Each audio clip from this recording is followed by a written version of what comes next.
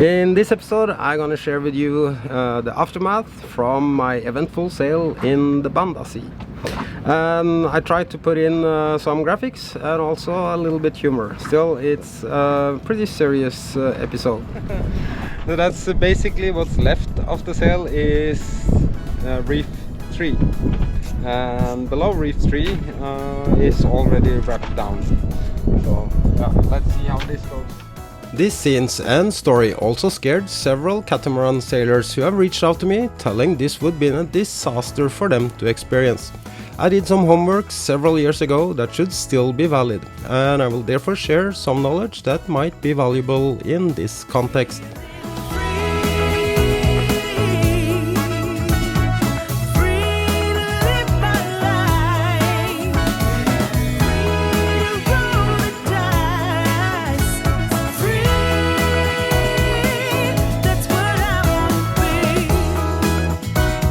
Join me as I'm sailing around the world on Be Free, a Bavaria 55 cruiser.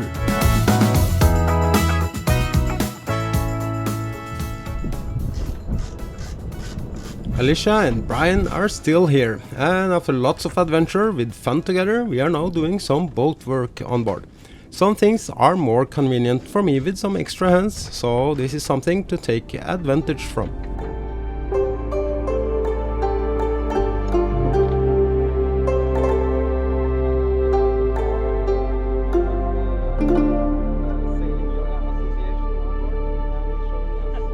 Yoga moves.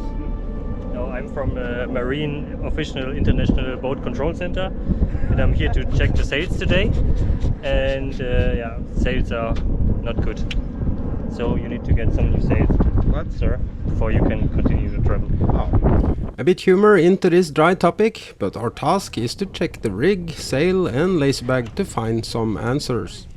It's normally much easier to just hoist the sail and then to drop it slowly again while leading the cars out of the track here. But this sail got beaten pretty bad during the cyclone-force winds I encountered earlier this year, and I was lucky to even being able to get it down and secured. So, that's what's left of my sail.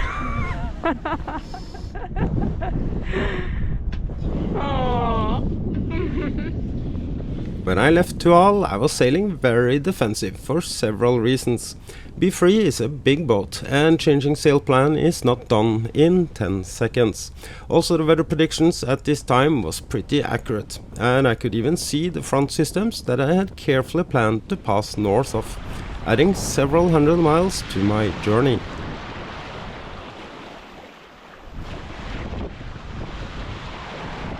To hoist or to drop my mainsail, I need to head straight into the wind, and in this case meaning first furl in my Genoa before starting on the mainsail. Adding the reef lines is pretty fast, and the semi-automatic reefing system actually works pretty well. With reef 3 in place, I choose to sail with this and fall off from the wind to furl out my Genoa. At this time, and being out of the danger zone, most experienced sailors would agree with me that sailing with this configuration would be considered extremely defensive, especially given the weather predictions for this region and also how things looks visually in reality. Worth mentioning is even though the weather predictions had been pretty accurate in where the front systems would be, the wind speed was far off from the predictions. Several violent storms en route north, even though the predictions said max wind gusts to be in the 30s. My own estimates based on analysis was closer to reality than even the worst case predictions.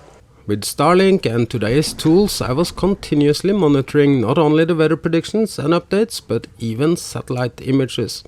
Due to all the surprises that even reached more than double of the predicted wind speeds, I choose to sail extremely defensive and on alert for changes. Besides weather satellites, atmospheric measurements and computer models, thanks to Starlink, I also use weather radar to monitor and forecast the weather more closely. Still, I never underestimate the simplest analog tool I have on board. But this time, even this did not give me much of a heads up in advance. I should have seen a fast drop here, or at least some low values. Obviously I was not looking at this all the time, as the outside looked like this. My plan was to sail with reef 3 in my mainsail, as it's very fast to reduce my Genoa, giving me a setup that handles more than 50 knots wind. What I've tried to find answers to is if there is any things I could have done better, or if I could have missed something in the weather predictions. I always try to learn from my mistakes and also unwanted incidents. It's sort of in my nature. An unwanted incident or an accident is normally a result of several factors. It can be different outside elements, and it can also be pure mistakes. I've studied my analysis from my route planning and also the updates during this sail. And as I showed earlier, also look at satellite images, Cape Index, and even looking into the big picture. Even as far as 1,000 miles away, as this can affect conditions even at my location. Obviously, I'm not an expert in local phenomena here, but I can tell when a monsoon storm hits. This also comes fast, but not like what I experienced, and normally you would see the rain and front system long time before it hits you. My conclusion is none of the apps or any weather prognosis could predict this event. The sudden surprise was only visual to me, and I responded instantly to this. I decided to furl in my Genoa and even prepared to go up against the wind to drop my mainsail. Because when you don't know what is coming, it's sometimes better to just see what it is, playing it safe. And this strategy has proven to be good earlier. This time, however, the front system came so fast towards me, I only had time to furl in the Genoa. I'm familiar with different phenomena that no weather predictions are capable of predicting, such as downbursts and even local tornadoes. But in my opinion, this lasted too long to match the nature of such phenomena. Still, it's plausible due to the extreme short warning. It went so fast, and I had only time to furl in my Genoa. I was preparing to drop the mainsail, but the wind direction changed just as fast as I was knocked down in what I could read out later was max peak at 72 knots. However, my wind instrument sits aloft at the masthead, meaning the max peak might as well have been much higher. So I can only guess what the max peak was. Safety and securing B3 is my highest priority. I knew that videos would be good to have, so I tried to record some, but in this situation, of course, due to wet fingers, ended up as photos and not videos. I'm not surprised the sail was shredded. However, one thing I was surprised by is the fact the entire sail from reef 3 ended partly in the ocean and partly on the aft of B3. And now it's time to see if we can find any answers to why the sail below the reef 3 blew out of the laser bag at the most critical point.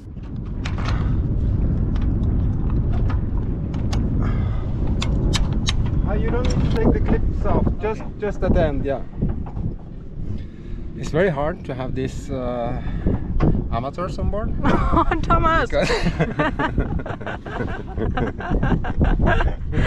So we're gonna take off the laser bag, but first we have to remove the reef line because that's blocking the laser bag to be pushed forward so we can take it out of the track.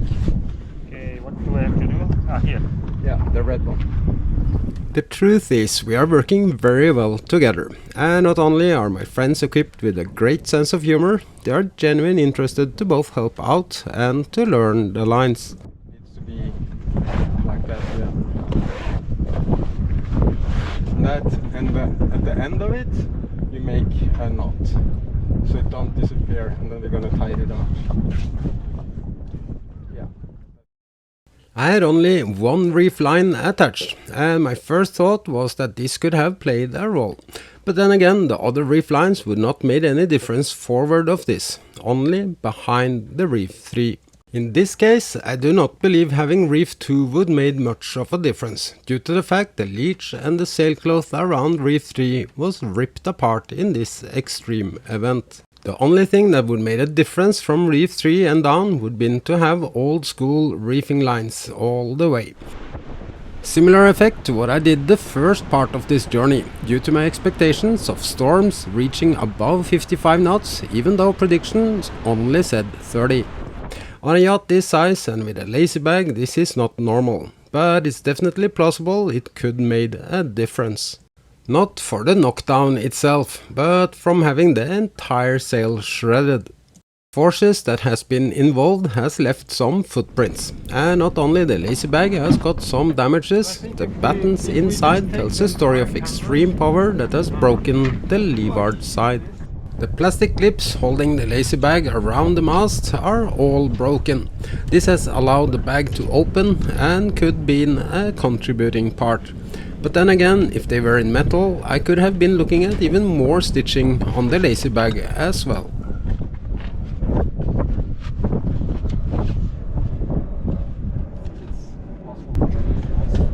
Uncle Thomas, Yeah. you have something else to stitch? Your shorts?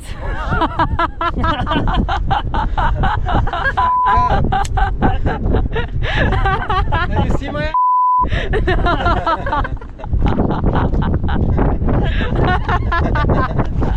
Wow, it's totally ripped off. It's not so easy to understand or to see the consequences here in this clip, but I will try to illustrate the result here. What I'm holding here is below the missing part that ended in the ocean hanging after the leech line. Next part of the section landed aft starboard, and below reef 1 it stayed partly in the lazy bag. This only illustrates the result if stretched out, and dropped down to reef 3 you can see what was left on the mast.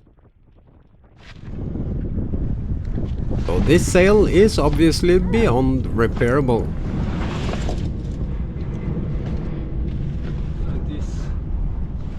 I made a no drama and honest video about this experience that was also featured in the most respected sailing magazine in Norway. I'm no stranger to bad weather, and also my heavy weather strategies has been published in the same magazine among others.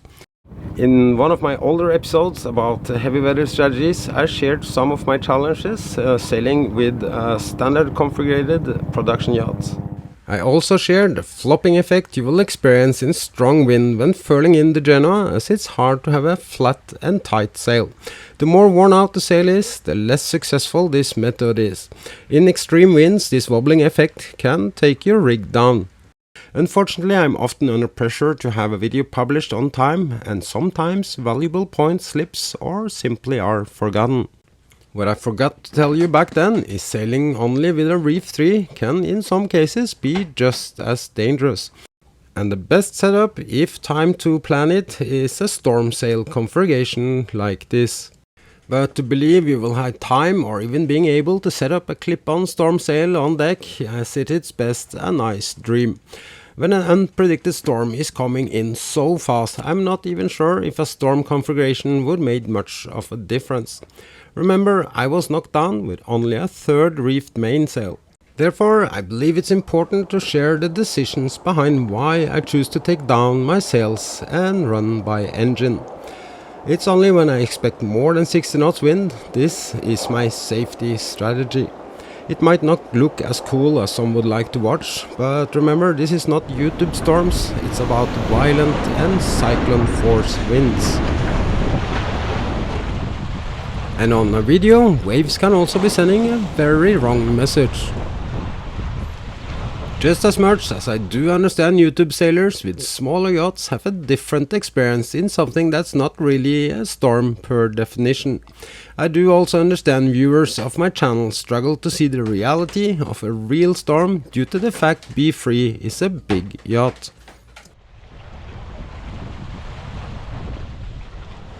Still, the forces involved in the wind I experienced is probably difficult to understand.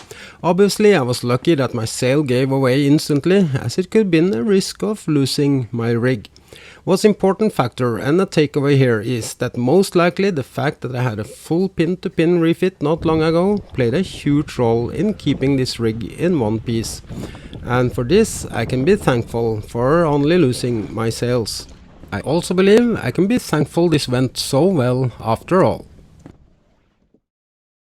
What if this happened sailing with a catamaran? This is a very good question I've received from many of you that watched the episode from the Banda Sea.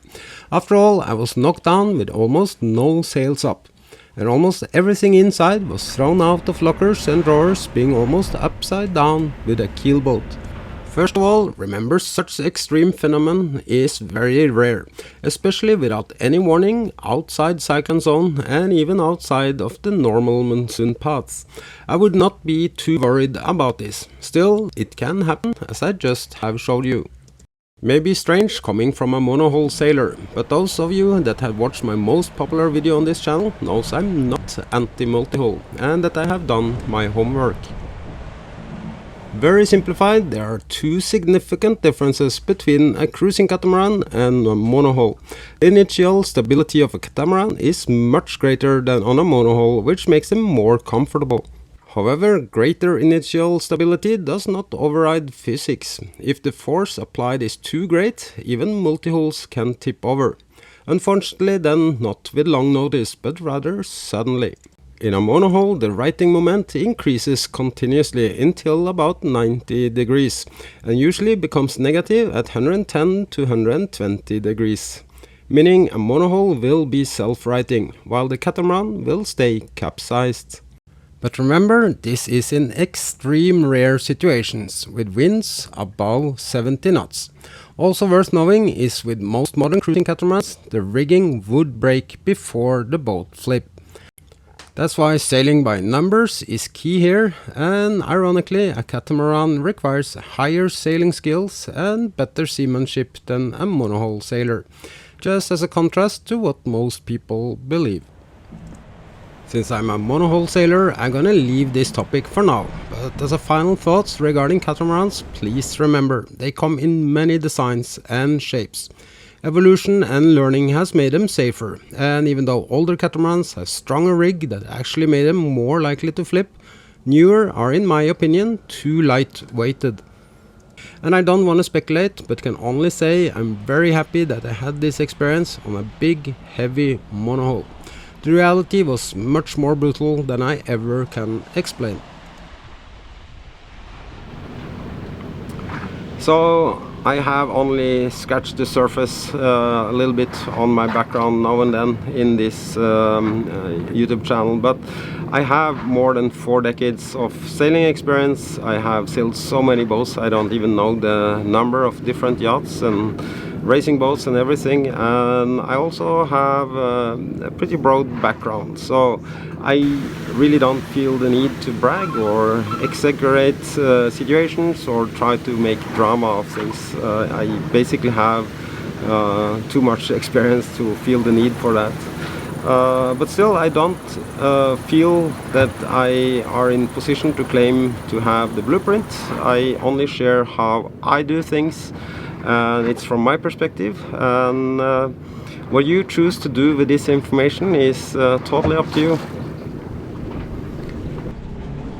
I still believe you can cross oceans in almost anything, but as a friendly reminder, please make sure to have proper safety equipment, and a tender do not double as a life raft.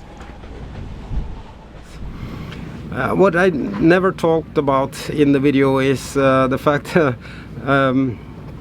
I had the companionway closed, which I often do when it's rough or unstable weather, but still I actually did take in quite a lot of water. During this fast knockdown, even my cockpit table was underwater. Anyone knowing how high freeboard B3 has would understand how serious this was. One thing that's not so good is that it was not closed completely. Not that this would been enough to sink B3, but it was enough to make it wet inside. More interesting is the cockpit seat locker that was submerged was full of water. To my surprise, the seal here is not sufficient, and also from inside here is a small opening into the aft technical room. So this also contributed to water flow and is something I will have to address and improve. And trapped water under floorboard that's not marine graded is definitely not a good solution either.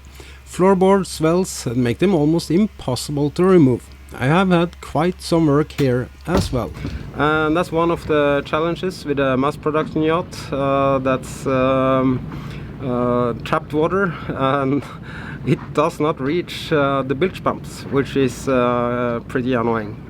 I'm gonna probably make a video about that later. But back to the sail and rigging.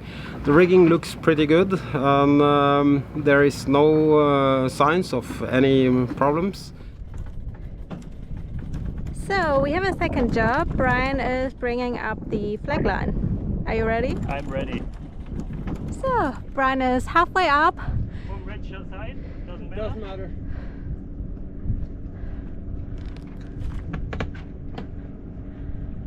Whew. Down. Okay. Just gonna fix it here temporarily.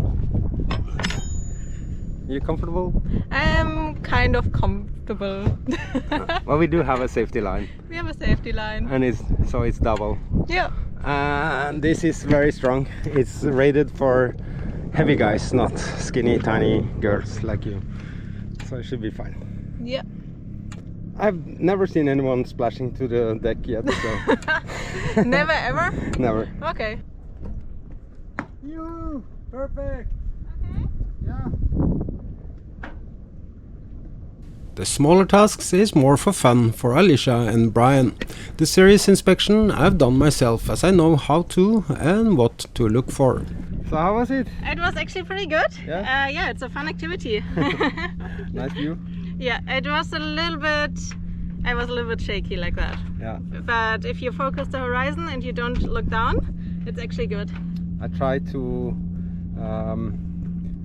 fulfill your request of waves. Yeah, So I simulated the waves by moving the boat back and forward a little bit. No, you didn't. Yes. You did. You did! So What? I did like this. Ah! Okay, I thought it was maybe the small boats No, passing. because you said you wanted waves, so I said, Yeah. okay, let's give her some waves. It was pretty intense, honestly. It was, if you're not used to it, it's, yeah, it's just adrenaline. How was it? It was epic. Wow, thank you so much. That's cool. This is super cool. It's higher than you think. It is. But wow. Wow, it was the best view in Bali. I think the best view you can have in Bali. And it's free entertainment. Super, yeah. It's like a action Fun park. adventure fun park. Yeah. But yeah, Okay, super cool. Thank you so much. You're welcome. Let's unclip you. Yeah. A lot of you that's friend with this channel have suggested I should contact sail lofts and sail makers and sail brands and try to get sponsorships. And some of you even posted a lot of names in the comment sections and stuff, which I really appreciate. However, to be fully sponsored from a sail loft is not that easy. My channel is mainly about sailing and not so much about drama or bikinis. Obviously bikinis drives more clicks and views, however not necessarily potential buyers of new sails. I've received some offers, but they are just not good enough, so maybe it's better to just stay independent for now. What's going on here, Amanda? I mean, mermaids are better than pirates, right? True. Be free, bitch!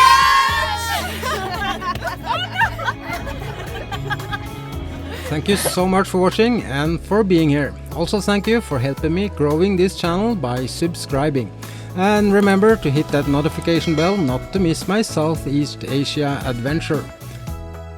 A special thank you to all my amazing patrons, family and friends for helping. Much love from me on Adventures with Be Free.